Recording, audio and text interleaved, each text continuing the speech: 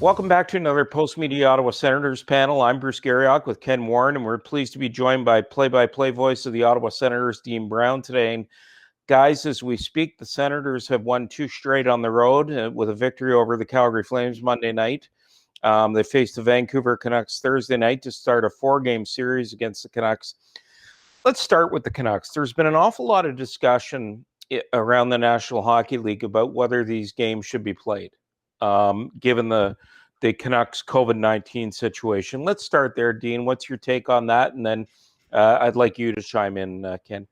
Well, I think as far as what the league and what the teams want, it is a business, and they're all dealing with it. And there's the human side, but there's the business side. And the reality is, I've heard a lot of people say, "Well, just cancel the games." The reality is, it's the owners all are losing money every day doing this.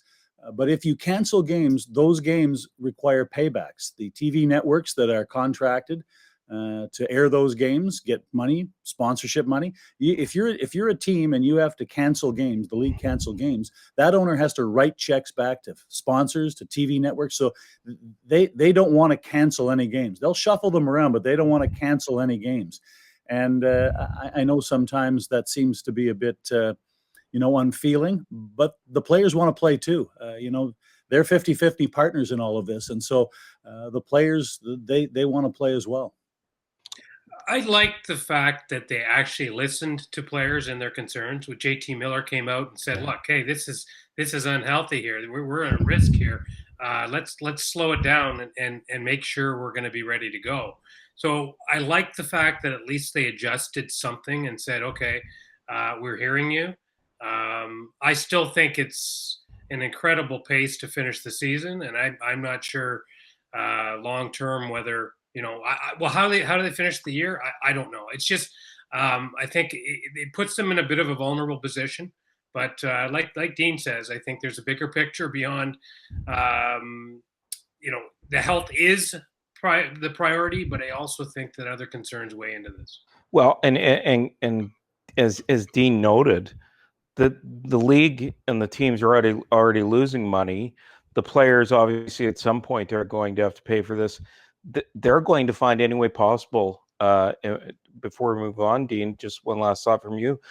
They're going to find any way possible to finish this season and the playoffs and award a Stanley Cup, aren't they?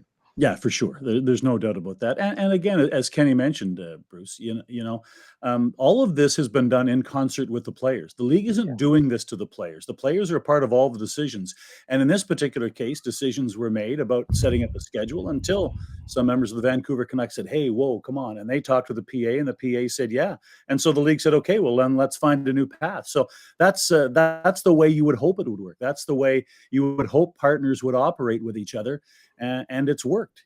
Let's be honest. Overall, it's not been without its bumps.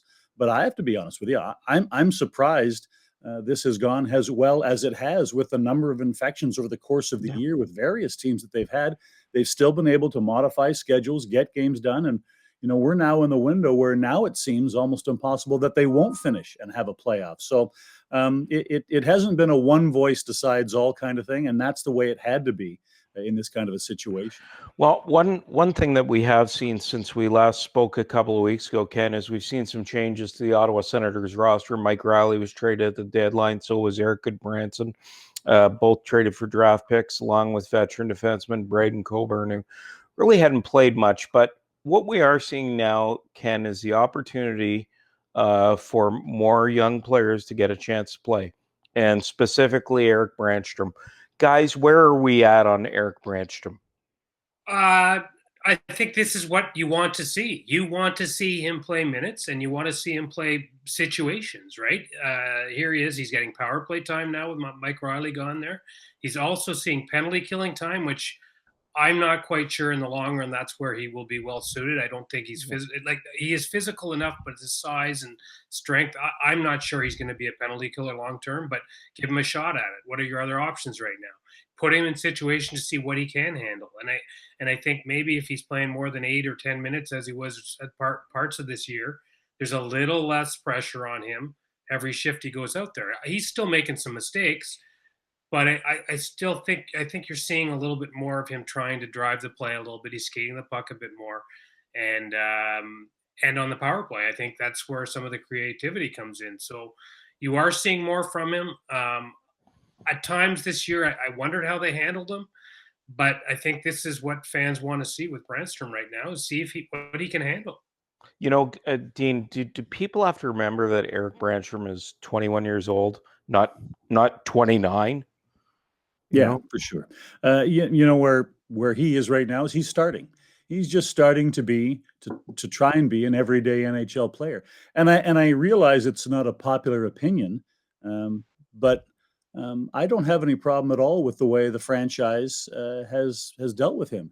In that, watching every game, Gordon and I doing every game on TSN 1200, we see every mistake every player makes and every great player ever makes. And in my personal opinion, bouncing him back and forth between the AHL and the NHL has been totally appropriate, because it's very clear to see at times that he was not ready. And still there are blemishes in his game. And I know there's no perfect player, but there are blemishes in his game that he's got to get out of his game. And hopefully now that he's playing more regularly, they can work that out of his game. But I know the fans, and I know social media has been angry about the usage and non-usage of him. But let's be honest, any NHL team that runs their team based on what Twitter says will that doesn't work. That doesn't work. There's no geniuses on Twitter, and I include myself in that group. So I know that there's been a lot of people upset with the way he and other young players have been put in the lineup or not put in the lineup. But again, I forget what that old saying was, but before there was even social media, I think it might have been Harry Neal who said, when you start letting the fans and the guys in the bleachers decide what goes on with your team, you'll be sitting with them soon. So Brannstrom is here right now. They're going to add more young players. And I think just overall, people now are starting to get excited because they can tangibly see with real life people, not on paper and thoughts about and plans, but actually what the future is going to be. The core of the team is almost there. Once you get Jake Sanderson in the lineup next year, you're pretty much dealing with what the core of this team should be for the next 8-10 years. Well, and Kenny, further to that, we've seen Shane Pinto play 2 games as we speak. I think he's been impressive. He shows a lot of maturity in his game, I think. I do too, and I think maybe the difference from him from a lot of other young guys that step in is a defensive awareness. He comes in with that ready-made pack. It's almost like he's coming in defensive awareness and build the offense from there, as opposed to a lot of players come in offensive stars and have to learn the defensive side of the game. He comes in with this reputation, and so far in his action with the Senators has followed it up. Reputation of being able to read plays, big stick, intercepts plays, and the offense is going to come. If you put yourselves in those situations where you're stealing pucks and creating opportunities, the offense is going to come from there. So I think it's a little different from a lot of young guys in the sense that it's coming from the defensive side or defensive awareness anyway first.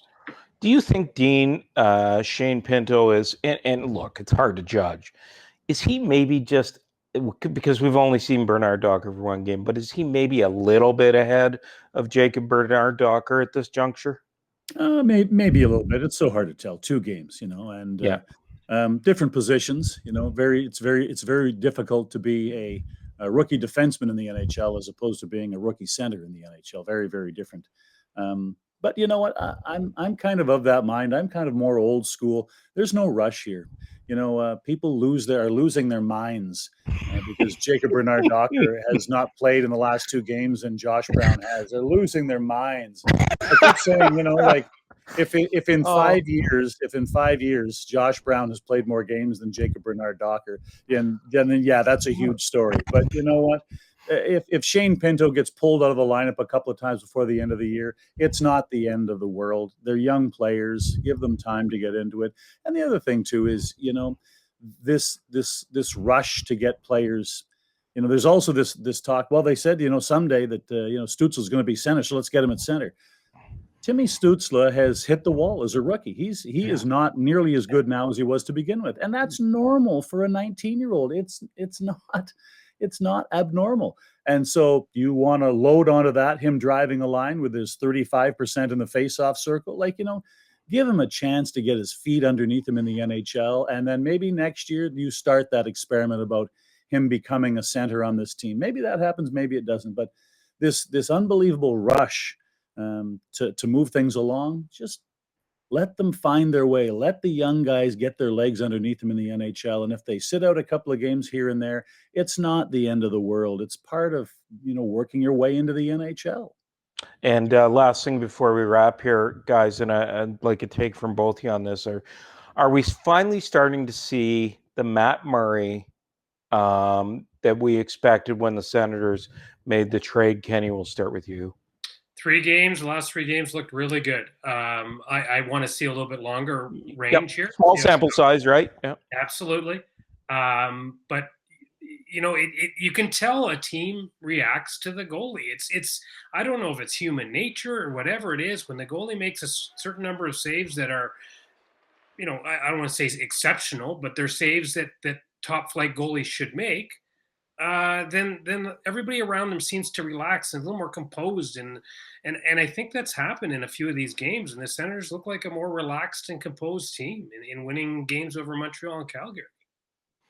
It's Bruce, it's too hard to know. It's too early. Only 3 games, and all I know is that it's better than the other option. He comes back in and he's terrible. That's obviously not a good news story for the team. And so, it's better going this way than the other. But I'm kind of the mind where I'm almost not concerned about, what he does in the last 10 games. You would prefer it to be positive, and you can see signs that he's turned the corner. But for me, really, a summer of training, a summer of getting to know the new goaltending coach and getting an understanding between the two, and then a real training camp and actual preseason games. And then, see how he starts next year. And then I think there's reason to be optimistic that they're getting the goalie that they thought they wanted in the first place. And I think that's probably going to be a more fair look at it when you get that time. I think everybody wants it to be positive down the stretch here, and so far it really has been, and that's good. But I don't think if it isn't positive right to the very end, then it's necessarily a horrible thing. I think again, seeing what happens next year in camp and then preseason, I think is going to be a huge part of making the final call on what we think this really is. Well, it's been a positive to have you join us here on the Senators panel, Dean. Good to see you again for Post Media in Ottawa with Ken Warren. I'm Bruce Garrioch.